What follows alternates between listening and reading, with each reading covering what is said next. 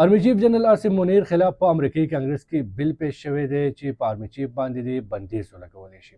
د دغه بل نوم چې کوم دی پاکستان ډیموکراسي اکټ او په دې کې دا ویل شوي دی چې پاکستان کې جمهوریت کمزوري کېدو کې ځینې سیاسي او عسکري قیادت ککړ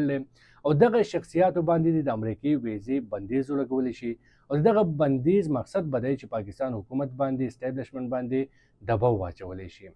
د بیل چې چا پیش کړی دی جو ویلسن او جیم ورني دوی په خپل سوشل میډیا بیانونو کې دا ویل دي چې زموږ مقصد دا دی چې پاکستان کې کوم سیاسي انتقامي کارویانې روانې دي دا دې ودرېږي.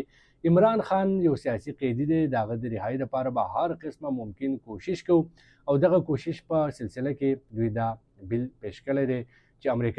امریکایي حکومت دی قانون سازي کړو پاکستاني دغه سیاسي او کوم عسکري قیادت چې دی هغوی باندې دی پابندیانې لګولی شي. بل خو ماهرین دا وایي چې نه داسې قسمه پابندیانې لګېدی شي نه په پاکستان باندې د څه قسمه اثر شته دی. دا صرف د یو تن یو بیل دی یو سجیشن دی چې هغه پیش کړو نه امریکایي حکومت داسې قسمه قانون سازي به کوي ځکه چې د پاکستان او امریکې ترمنځ